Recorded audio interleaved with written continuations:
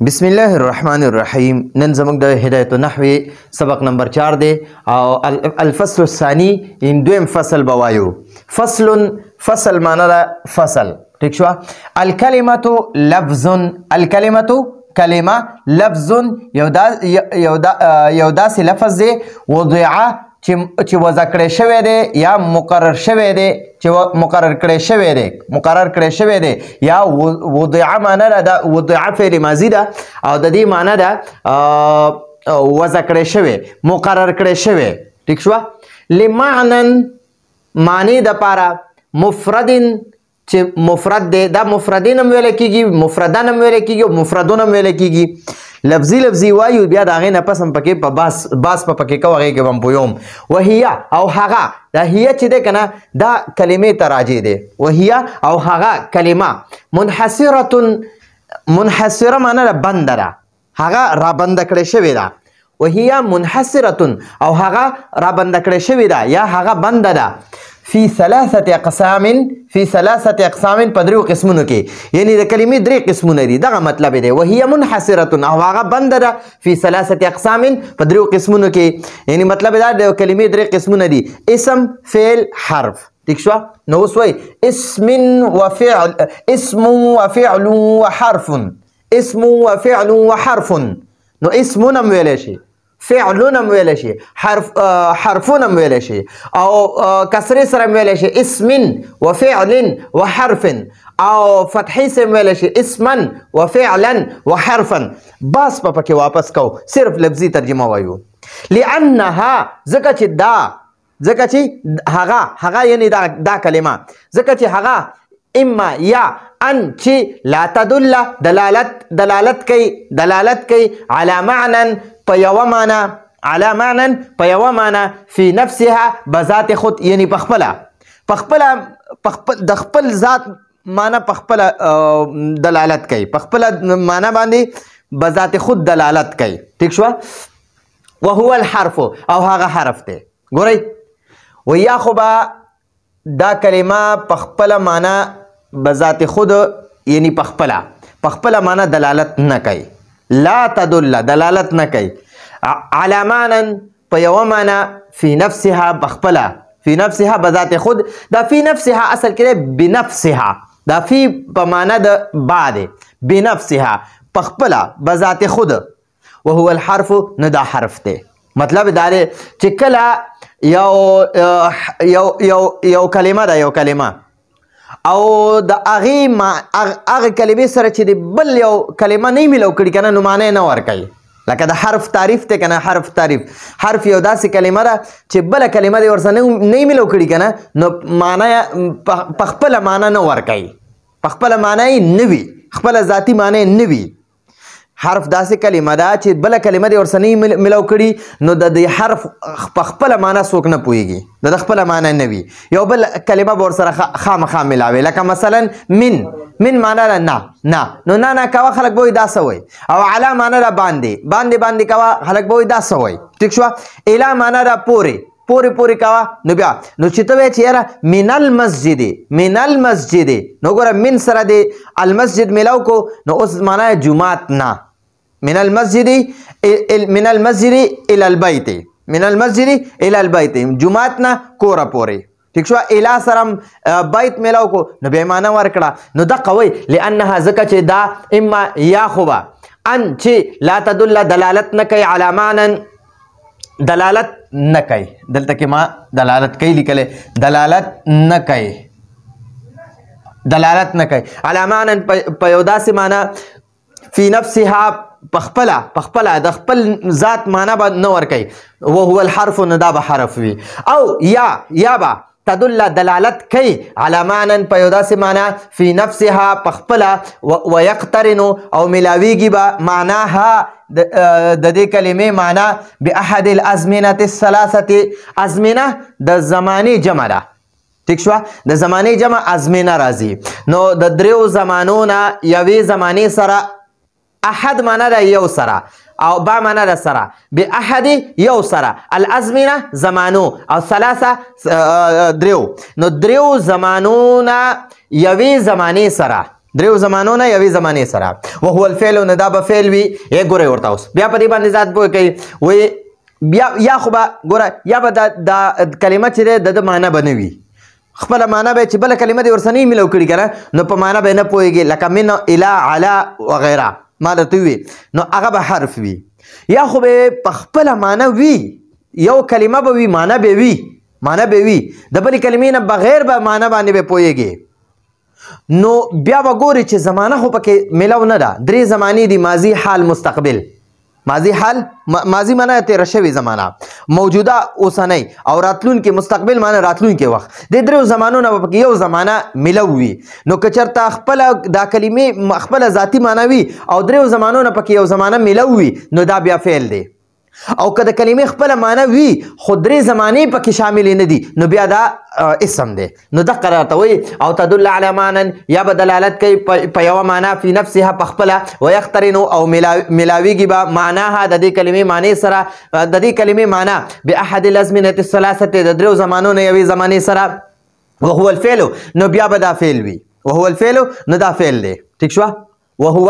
او هو معنا هغه الفعل فعل دی. او تدل یا به دلالت کوي علی معنن په یو داسې معنا فی نفسها په خپله بذات خود ولم یقترن او نه میلاویږي معناها د دې معنا د دې کلمې معنا به یعنی باحد الازمنة الثلاثة به معنا باحد الازمنة الثلاثة د دریو زمانو نه یوې زمانې سره. وهو الاسم نو بیا به دا اسم وي. ٹھیک شوه. ګورئ یا خو به د کلمې به خپله معنا وي او دریو زمانو نه به پکې یوه زمانه موجوده وي یا به ماضي وي یا به حال یا به مستقبل وي نو دا به فعل وي. یا به دا کلمه د دې کلمې خپله معنا وي خپله ذاتي معنا به وي او دریو زمانو نه به پکې یوه زمانه هم شامله نه وي یعنی نه به ماضي وي پکې نه به پکې حال وي نه به مستقبل وي نو دا بیا اسم دی. صحیح شو جي. اوس د اسم تعریف وایو بیا په دې کې لږ بحث کوو هغه درته انشاءالله وایم. فحد الاسم حد تعریف ته وایي انتهایی تعریف ته وایي بهترین تعریف ته وایي. فحد الاسم نو په دې فحد الاسم کې به هم خبره کوو چې دا به څنګه وایو. فحد الاسم نو د اسم تعریف فحد الاسم نو د اسم تعریف د حد مضاف ته الاسم مضاف الیه دی نو موږ به اول د مضاف الیه معنی وکړو وروسته به د مضاف معنی کوو. فحد الاسم نو د اسم تعریف د دې فا معنی موږ کوو نو اردو کې وایي پس اسم کی تعریف یہ ہے. فحد الاسم نو د اسم تعریف کلمتن داسې کلمه ده چې دا اسم داسې کلمه ده. په بعضو نسخو کې راځي انه کلمتن چې دا اسم داسې کلمه ده کلمتن داسې کلمه ده تدلو چې دلالت کوي علی معنن په یو داسې معنا فی نفسها په خپله فی نفسها معنا ده بنفسها بذات خود په خپله غیر مقترنین بغیر د ملاویدونه بیا حد الازمنة الثلاثة د دریو زمانو نه یوې زمانې سره د دریو زمانو نه یوې زمانې سره د ملاویدونه بغیر خپله معنا ورکوي. دریو زمانو نه پکې یوه زمانه هم نه وي. نو اوس مصنف رحمت الله علیه وایي اعنی دا د واحد متکلم صیغه ده. اعنی معنا د زما مطلب دا دی یا زما مراد اعنی زما مراد الماضیه ماضی دی د دریو زمانو نه زما مراد ماضی والحاله والاستقبال او استقبال دی مستقبل. کرجل لک رجل سړی یو سړی وعلم او علم ٹھیک شوه. کرجل وعلم لکه رجل او علم پوه شوي. نو دا خو موږ سره لفظي ترجمه موږ وکړه. اوس پکې لږ بحث کوو لږ مختصر ترکیبونو خبره به هم پکې کوو ځکه چې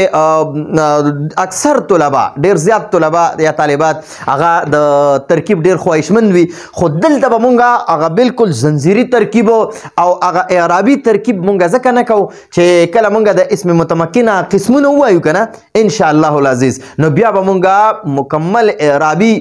ترکیبونه وایو مکمل ترکیبونه به انشاءالله العزیز مونږ وایو. صحیح ده جی. نو اوس ګورئ الکلمتو دا د کلمون نه مشتق دی او کلمون معنا ده زخمی کول نو دا کلمه هم بعض کلمې داسې وي که نه چې هغه انسان د خولې نه وباسي نو د مخکې بل کس زړه پې زخمي کي که نه سخت الفاظ استعمال کي نو د بل کس زړه پې دردمن شي نو ځکه کلمه ورته وایي هغه یعنی کلمه عربی کې یو شعر دی وایي جراحات السنان لها التیام ولا یلتام ما جرح اللسانو یعنی چې د ژبې د تورې کم زخم وي دا خو به وي ټیک شي خو د ژبې زخم هغه کله هم نه ټیک کېږي انسان لري چې زړه زخمي کو که نه په الفاظو باندې نو هغه بیا د هغې ټیک کېدل ډېر ګران وي نو الکلمتو دا د کلمون نه مشتق دی او کلمه مبتدا ده دا کلمه مبتدا ده لفظون چې دی لفظ په لغت کې وایي ویشتلو ته او اصطلاحي معنی ده ما یتلفظ به الانسان لفظ هغه کلمې ته وایي چې انسان په تلفظ کوي یعنی زما د خولې نه چې را کومه خبره وځي او د دې معنی وي د کومې خبرې چې معنی وي که نه نو دقې معنی والا خبرې ته لفظ وایي نو ما یتلفظ به الانسان دا د دې اصطلاحي معنی ده او لفظ چې دی دا موصوف دی لفظ معنی ده یو لفظ یو معنی والا لفظ ٹھیک شو نو دا لفظ موصوف دی نکره دی او چې کله د یو نکرې اسم نه وروسته د نکره اسم نه وروسته فعل راشي که نه نو پوه شه چې دا نکره اسم به موصوف وي او دا فعل به ورله صفت وي نکره اسم به موصوف وي فعل به ورله صفت وي د خپل متعلقاتو سره نو الکلمة لفظ کلمه یو داسې لفظ دی وضع دا وضع فعل ماضی ده او د مجهول صيغه ده وضع معنی ده چې وضع کړی شوې ده مقرر کړی شوې ده وضع کړی شوې ده ایښودلې شوې ده ټیک شوه لمعنن مفردن دا معنن چې دی دا د دې نه مخکې د حرف جر دی او حرف جر اسم له جر ورکوي ٹھیک شو کسره ورکي نو معنن دا اصل کې اسم مقصور دی نو دا تقدیرا مجرور دی ٹھیک شو نو لکه څنګه موسی دی عیسی دی دغه شانتي بعض نور داسې اسما دي چې هغه دغه دي هغه تقدیری وي دغه اعراب نو د معنن اعراب هم تقدیری دی نو لام حرف جر دی او معنن دا مجرور دی ٹھیک شو خدا مجرور بیا صفت کا صفت موصوف کا موصوف او دا مفردن دا ورله صفت کا مفردن چې کله پرې باندې دو زیر کسره وي نو دا د معنن صفت شو معنن موصوف ته او مفردن ورله صفت شو معنن موصوف ته مفردن ورله صفت شو چې کله دا مفردن وي نو بیا به دا د معنن صفت وي ٹھیک شو جی نو دا به بیا مونږ وایو چې کلمه یو داسې لفظ دی چې د یوې معنی دپاره وضع کړی شوی دی کلمه یو داسې لفظ دی دا لفظ نکره دی نو ځکه مونږ وایو یو داسې لفظ ټیک شو نو چې کله نکره وي یو اسم نو هغه دپاره به بیا یو داسې وي لکه مسجدن یو جومات ٹھیک شو یا رجالن سو سړي ٹھیک شو یا رجلن یو سړی قلمون یو قلم نو دا نکره دی نو د نکره نه مخکې به یو یا داسې نور الفاظ دی هغه استعمالی به نو مونږ دلته د لفظون واحد دی نو مونږ ځکه دلته کې یو داسې لفظ وایو ټیک شو الکلمة لفظ کلمه یو داسې لفظ دی وضع لمعنى مفرد معنی واحد یو چې د یوې معنی دپاره مقرر کړی شوی دی وضع کړی شوی دی جوړ کړی شوی دی دا درې وانه د موضع معنی کولی شي جوړ کړی شوی دی وضع کړی شوی دی مقرر کړی شوی دی دا درې وانه معنی کولی شي ښه اوس چې کله دا مفردین نه دی مفردین چې کله مکسور وی که نه نو بیا به دا د معنن صفت وي معنن به موصوف وي او مفردین به ورله صفت وي که دا مفردن وی مفردن که نه مفردن نو بیا په دې وضع نه دی وضع کې په دې وضع کې هو ضمیر ذوالحال دی او دا مفردن چې دی که نه دا به ورله منصوب وي نو دا بیا د دې ذوالحال دپاره حال شو د وضع د ذوالحال نه د پاره بیا د مفردن حال شو. نو بیا به مونږ د دې معنی داسې کوو کلمه یو داسې لفظ دی چې وضع کړی شوی دی د یوې معنی د پاره، یا کلمه یو داسې لفظ دی چې په داسې حال کې د یوې معنی د پاره وضع کړی شوی دی، چې یوې معنی د پاره وضع کړی شوی دی، یا د معنی د پاره وضع کړی شوی دی په داسې حال کې چې مفرد ده،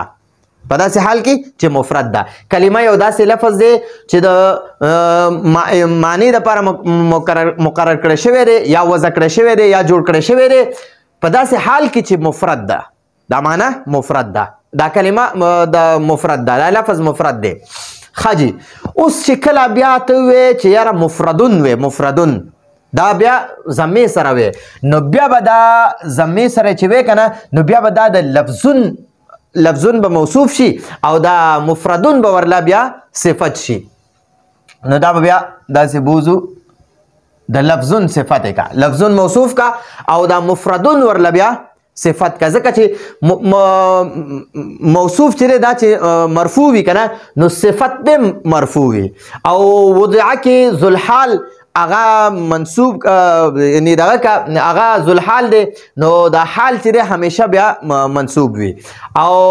معنن موصوف کا او مفردین ورلا صفت کا، مفردین ورلا صفت کا، نو معنن مجرور دی نو مفردین مجرور شو. نو اوس واورجی الکلمه لفظ، کلمه یو داسې لفظ دی وضع چې وضع کړی شوی دی، مقرر کړی شوی دی، جوړ کړی شوی دی لمعنن مفردین د یوې معنی د پاره، لمعنن مفردین د یوې معنی د پاره. مفرد معنی ما وکړه یوه، مفردین معنی دا یوه معنی یوې معنی د پاره، مفردن معنی دا په داسې حال کې چې یوې معنی د پاره، او مفردون معنی دا یو مفرد لفظ، یو مفرد لفظ وضع چې مقرر کړی شوی دی لمعنن د معنی د پاره. ٹھیک شو؟ نو امید دی چې په دې به تاسو پوه شوي وئ. نو الکلمة مبتدا کا، لفظ موصوف کا، وضع فعل دی او دې کې هو د دې نائب فاعل دی، وضع فعل ماضی ده او مجهول دی، مجهول دې کې هو هغه نائب فاعل دی، او لام حرف جر دی، معنن موصوف کا، مفردن ولا صفت کا، موصوف صفت دا د لام جاره لپاره مجرور شو، لام جاره د خپل مجرور سره دا د وضع متعلق شو، د وضع فعل مجهول لپاره متعلق شو. نو موږ به داسې معنی کوو الکلمة لفظ، کلمه یو داسې لفظ وضع چې جوړ کړی شوی دی لمعنن مفردن د یوې معنی د پاره، د مفرد معنی د پاره، د یوې معنی د پاره. ٹھیک شو؟ په دې کې دا لږ څه باسو دا مې درته ځکه پکې وکړو. وهیا او دا هیا چې دی کنه هیا دا چاته راجع دی؟ نو کلمتون ته وګوره، کلمتون مؤنث ته کنه نو دا هیا ورله مؤنث ضمیر راغی. وهیا او هغه یعنی دا، وهیا او دا، وهیا یعنی دا، وهیا دا صدا دا کلمه یاده ها، وهیا او دا کلمه، وهیا دا کلمه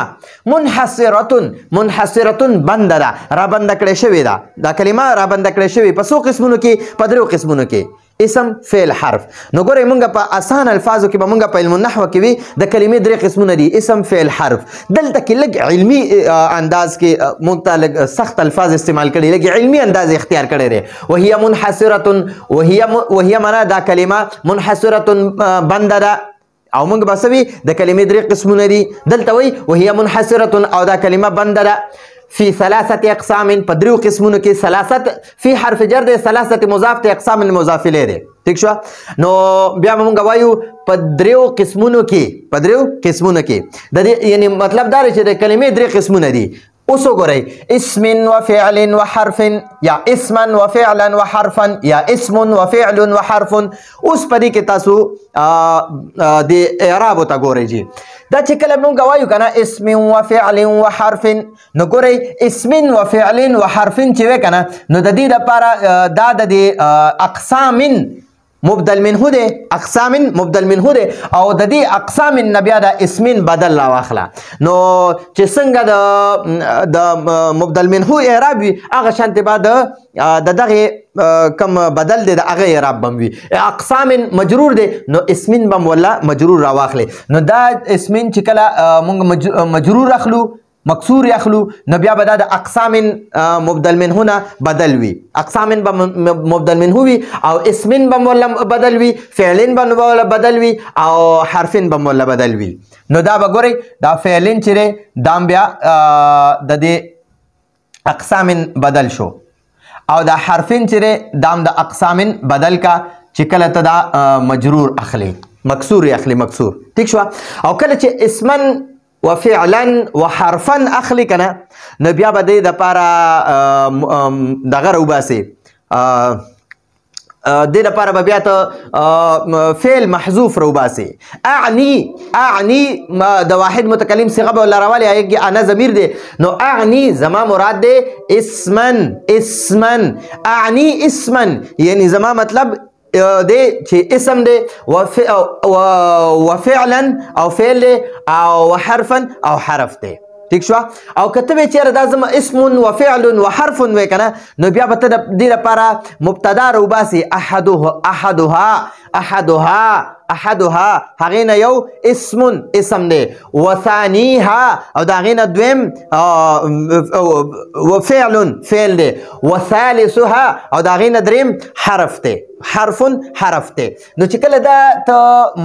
مرفوع اخلي مرفوع نو دې لپاره بیا ته احدها او ثانيها چې واخلي ټیک شو ثانيها دویم وثالثها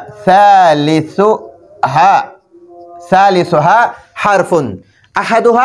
احد مضاف ها ولا مضاف الیه مضاف الیه مبتدا کا او اسم ولا خبر کا ثانی مضاف ها مضاف الیه مضاف الیه مبتدا او فعل خبر ثالث مضاف ها مضاف الیه مضاف الیه مبتدا او حرف ولا خبر کا او کته چیرې دا ز احدن دا اسما فعلا حرفا وای کنه منصوب وي نو بیا به ته د دې لپاره اعني روباسي اعني دا د واحد متکلم صيغه ده د دې معنی ده زما مراد اسم دی وفعلا او فعل دی وحرفا او حرف دی نو اعني دا فعل فاعل شو او اسما ولا مفعول اول وفعلا مفعول ثاني وحرفا مفعول ثالث شو امید دې په دې باندې تاسو پوه شوي وهي منحصره او دا کلمه بنده ده فی ثلاثه اقسام په درو قسمونو کې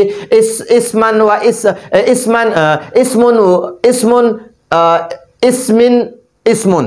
یعنی اسما واسم درې وانه اعراب وای اسم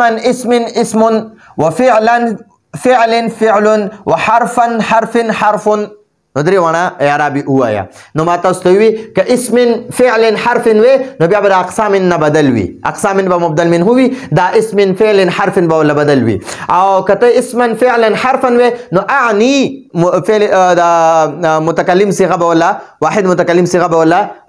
فعل روباسي او کته وی چیرې اسم وفعل وحرف نو احدها مبتدا ولا روباسا اسم ولا خبر کا ثانيها مبتدا روبسا اسم ولا فعل ولا خبر کا ثالثها مبتدا روبسا او حرف ولا خبر کا امید دیتا سو په دې باندې پوه شوی لانها چې دا بیا د کلمې تم راجع دي لانها ذکر چې دا کلمه اما یا خو ان حرف ناصب دی ناصب دا په فعل مضارع داخليږي او فعل مضارع له نصب ور کوي نو دلته تدل لا نصب ور کړي دا تدل اصل کې دا تدل دی خو دا ان د وجه دا لا تدل شو لام باندې فتحه شو لام منصوب شو تدل منصوب شو د ان ناصبه د وجنه لانها ذکر چې دا کلمه اما یا ان لا تدل دلالت نه کوي على معنى په یو معنی فی نفسها بذات خود دا فی نفسها اصل کې بنفسها دا اصل کې څه شی دی بنفسها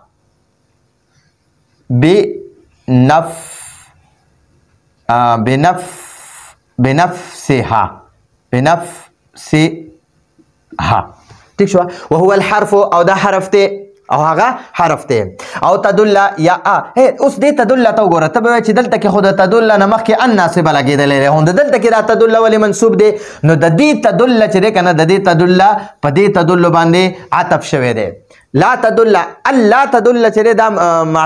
معطوف علیه شو او دا تدل ولا معطوف شو ٹھیک شو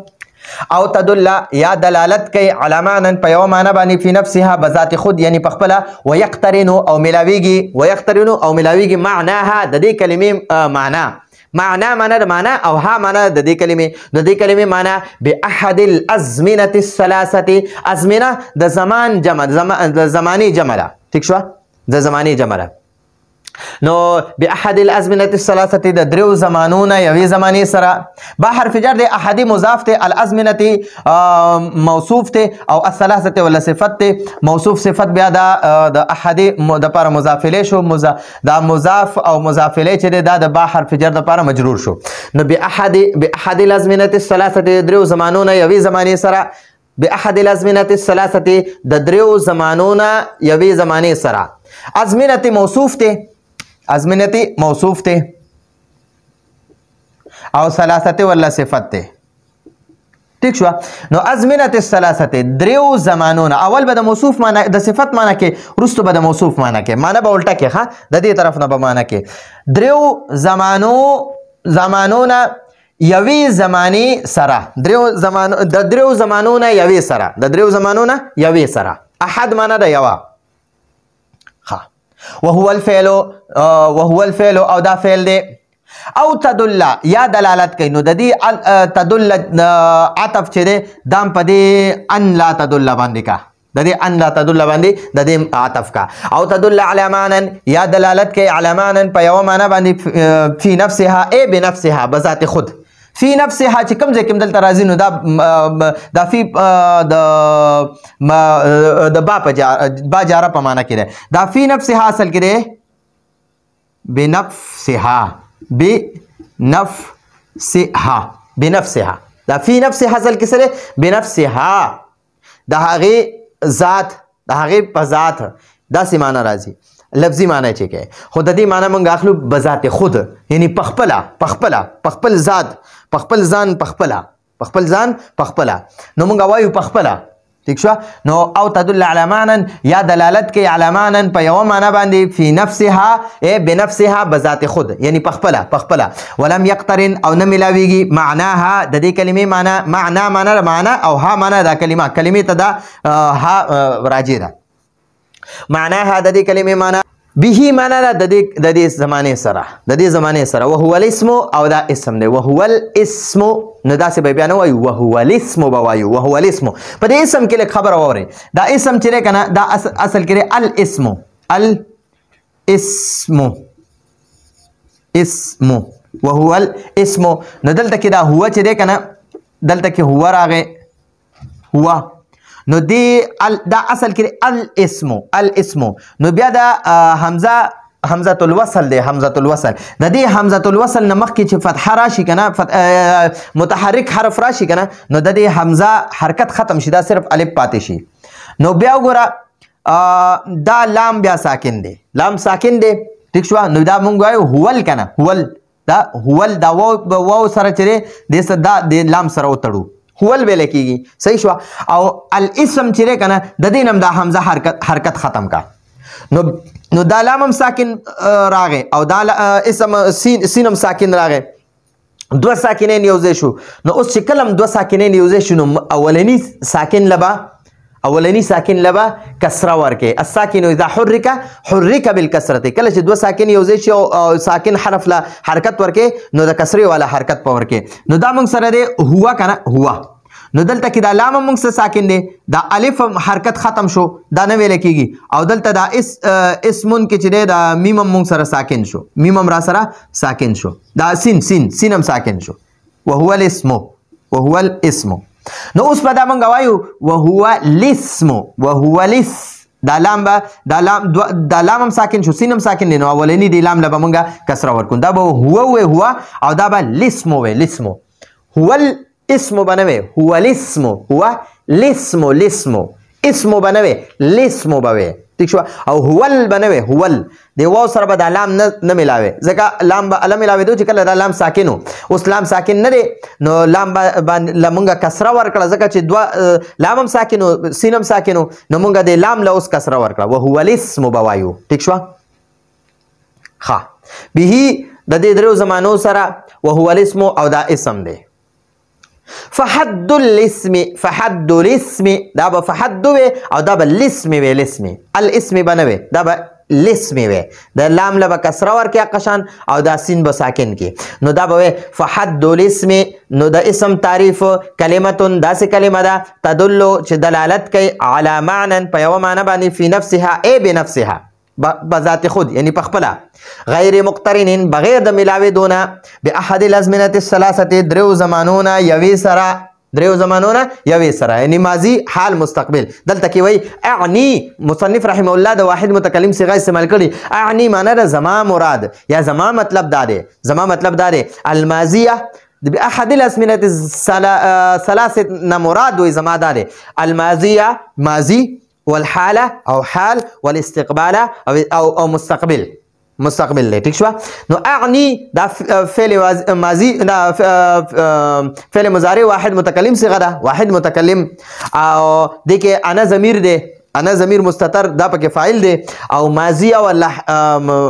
مفعول اول دی والحاله ولا مفعول ثانی دی او استقبال ولا مفعول ثالث دی نو اعنی فعل واحد متکلم صيغه ده نو زما مراد زما مطلب داره ماضی حال مستقبل د ازمنه الثلاثه نه زما مطلب وای ماضی حال مستقبل دی کرجل و علم لك رجل او علم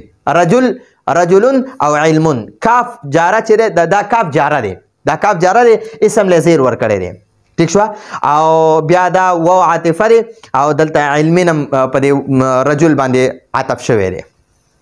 کاف حرف جر دی او رجل دا ولا معطوف علیه دی و حرف عطف دی او علم معطوف دی نو معطوف او معطوف علیه دا د کاف جاره لپاره مجرور شو کاف جاره د خپل مجرور سره دا د اعنی فعل لپاره متعلق شو ٹھیک شو دا اعنی فعل متعلق شو نو کرجل و علم لك رجل او علم رجل او علم کاف جاره دا دته کاف تشبیه وی کاف تشبیه دا کاف جاره چې ده کنه کاف جاره دا کاف د حروف جاره کې کاف هم دی باو تاو کاف لام کاف دا هغه حروف جاره ولا کاف ته کاف جاره ٹھیک شو نو دا د اسم لزیر ور کوي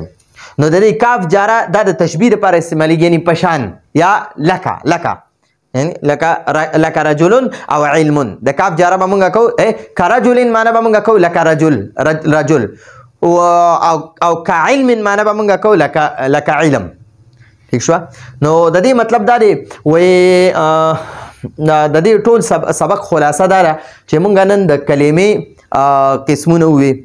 ٹھیک شو اولم د کلمې تعریف وکړو چې کلمه یو داسې لفظ دی چې د یوې معنی لپاره مقرر جوړ کړی شوی دی ٹھیک شو دا کلمه او د دې کلمې درې قسمونه دي اسم فعل حرف نو بیا درته د یو دغه تعریف کړی دی چې حرف یو داسې کلمه ده کنه داسې کلمه ده چې بل کلمه ورسره ملاو نشي کنه نو په خپل ذات د خپل معنی چې بخپل نه معلومیږي د معنی نه معلومیږي لکه من علی الی کاف وګوره د کاف سره چې دا رجل لګیدل نو معنی ورکړی دا چې اوس کاف سره رجل نه وی لګیدل نو کاف به کوله په معنی به نه پوهیږي نو دا حرف دی یا به په خپل معنی باندې دلالت کوي خو درو زمانونه هم پکې یو زمانه شاملې یعنی چې کله د یوې کلمې معنی وي کنه معنی او درو زمانونه هم پکې یو زمانه وي نو بیا به دا فعلی یا به پکې ماضی وي یا به حالی یا به مستقبل وي او کچرته د درو زمانو نه پکې یو زمانه نه او خپل معنی په خپل ورکوي یعنی معنی وي د کلمې معنی وي خپل ذاتی معنی وي خو درو زمانو نه پکې یو زمانه هم نه وي یو درو زمانو نه پکې یو هم نه وي نو دا به بیا اسم وي اسم لکه رجل او علم رجل دا یو کلمه ده او د دې معنی ده یو سړی او علم دا یو کلمه ده او د دې معنی ده پویا یا علم ٹھیک شو نو رجل یا فرس قلم کتاب وغیرہ وغیرہ کنه نو کدا د انسانانو نمونه وی کده زناور وی کده سيزونه وی خو چې معنی وی او زمانه پکې نه وی نو دا بیا اسم وی خو چې یو کلمه ده معنی شته او زمانه پکې ده یا ماضی یا حال یا مستقبل نو دا به فعل وی او ٹھیک شو او کچرته یو کلمه ده چې بله کلمه دې ورسره نه میلاو کړي نو په معنا به نه پوهېږي نو دا بیا حرف دی ټیک شوه. نو امید دی په دې سبق باندې به تاسو پوه شوي ډېر اوږد شو خو انشاءالله العزیز چې تاسو ته د دې نه ډېره زیاته فایده کېږي. نو دا زموږ د نن ورځې درس و. تاسو له دې نه سکرین شاټ هم واخلئ معنی باندې ځان هم پوهولی شئ. هر حرف ته ما خپله معنی لیکلې ده د دې سکرین شاټ تاسو واخلئ او بیا د هغې نه پسې ځان څه هم لیکئ او بیا یو ځل واورئ انشاءالله دا سبق به تاسو ته ډېر مضبوط یاد وي. راتلونکي درس پورې اجازه غواړو. هذا هو المرام والله اعلم بحقیقة الكلام.